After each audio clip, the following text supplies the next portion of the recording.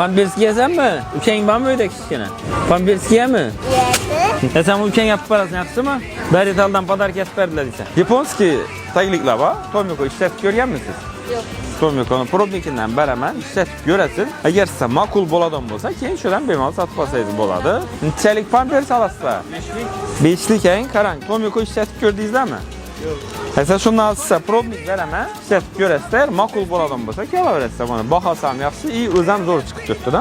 Ma'qul bo'ladigan bo'lsa, kelaverasizlar, xudo xolasa. Hassa probnik beraman, Tomikodan ishlatib ko'rasiz, ma'qul bo'ladigan bo'lsa, keyin sotib olib ishlataverasiz. Lekin haqiqatdan yaxshi olgan odamlar prям maqtab turibdilar. Chelik kezan, bilinmanda. Tomikodan ishlatib ko'rganmisiz? Podarka. Молодец. Ay maşallah. Bu Tomiko yaponskiy ishlatib ko'radilar, ma'qul bo'lsa bir olaverasizlar. Mana ishlatib ko'rib, keyin video chiqadi-ku.